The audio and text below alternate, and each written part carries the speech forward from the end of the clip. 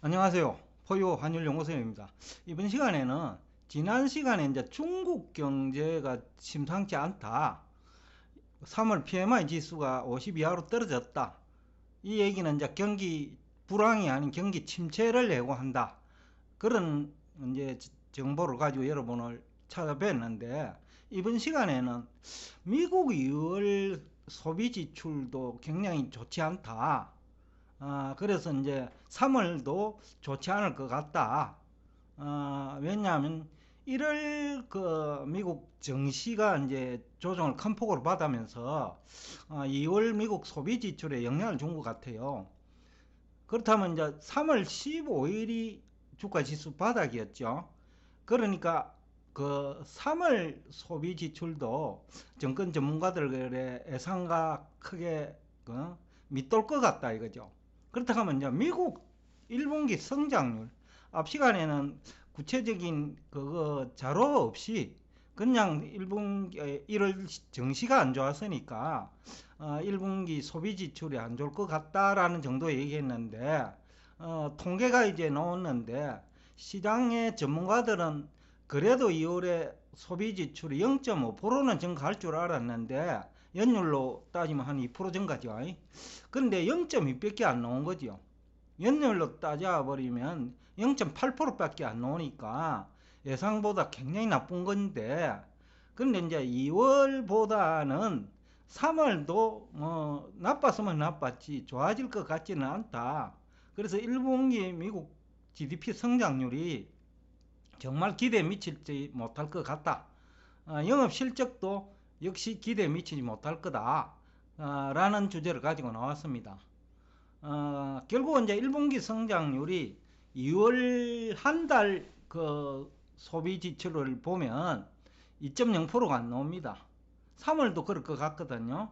그런데 1월은 12월이 원래 밀어내기 수출 또 뭐 미국 같은 경우는 할인 판매 등으로 12월에 소비자가 많기 때문에 1월 소비가 많지 않거든요.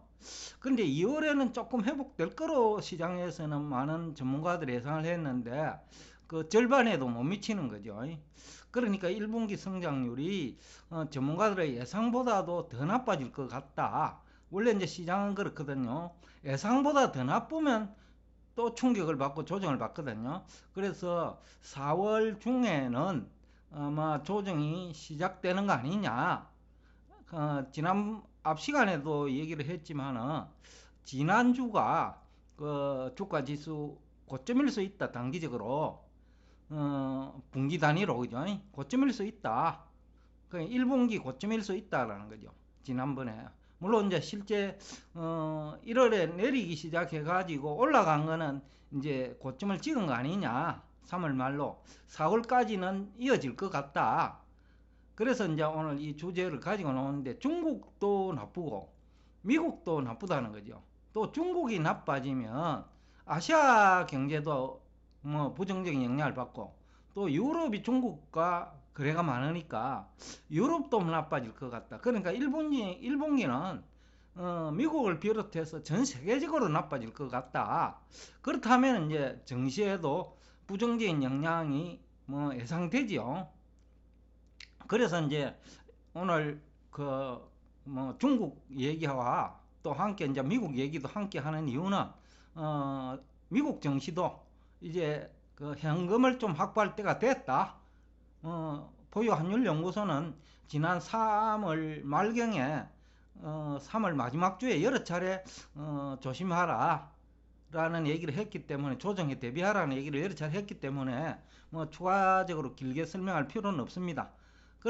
그렇지만은 이제 투자 전략은 다시 한번 강조하지만은 저성장률과 물가 고공행진이라는 악재가 기존에 있는 데다가 그래서 이런 것들을 정권 전문가들은 시장에서 반영됐다라는 표현을 쓰는데 시장에 반영될 수 있는 성질의 악재가 있고 반영되기 어려운 성질의 악재가 있는데 지금 금리 인상 같은 경우에는 기준금리 인상 시장금리 범위 내에서 하니까 또 경제활동은 시장금리의 기초에가 경제활동을 하기 때문에 기준금리가 시장금리 이내에서 인상된다면 그것은 악재가 흡수되는 거죠. 악재가 반영됐다는 표현을 쓸 수 있죠. 그러나 기업 실적이 나빠지는 거, 또 매출액 증가율이 뭐 크게 둔화되는 거는 근본적인 악재거든요. 그러니까 좀 조심하자 이 얘기고, 그 다음에 상장기업 영업 실적도 매출액 증가율만큼이나 증권 전문가들의 기대와 다를 수 있다. 좀 더 나빠질 것 같다는 얘기죠. 그러니까 이제 적정 주가 수준이 미국도 낮아진다는 겁니다.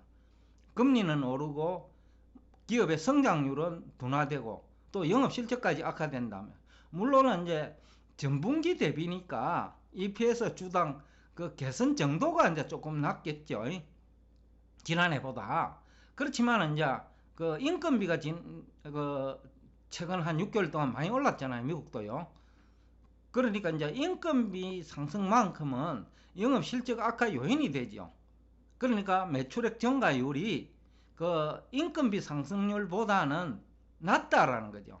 그 얘기는 영업 실적이 지난 분기만큼 되지 않을 것 같다. 그러면 주가가 하락했지 않느냐라는 얘기를 할 수 있는데, 그건 일부 종목은 그래요. 그러나 다수의 종목은 특히 나스닥 쪽에 있는 종목 중에는 금리가 계속해서 지금 원래는 단기 금리는 상승 중에 있거든요.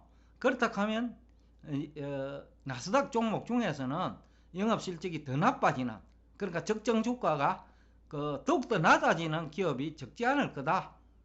거기다가 올해는 연준 자산 매각이 예고돼 있잖아요. 그러니까 이제 악재가 이중 악재가 된다는 얘기입니다. 그래서 결론부터 얘기하면 그래요. 결론을 얘기하면 보유 주식 현금 비중을 확대하라.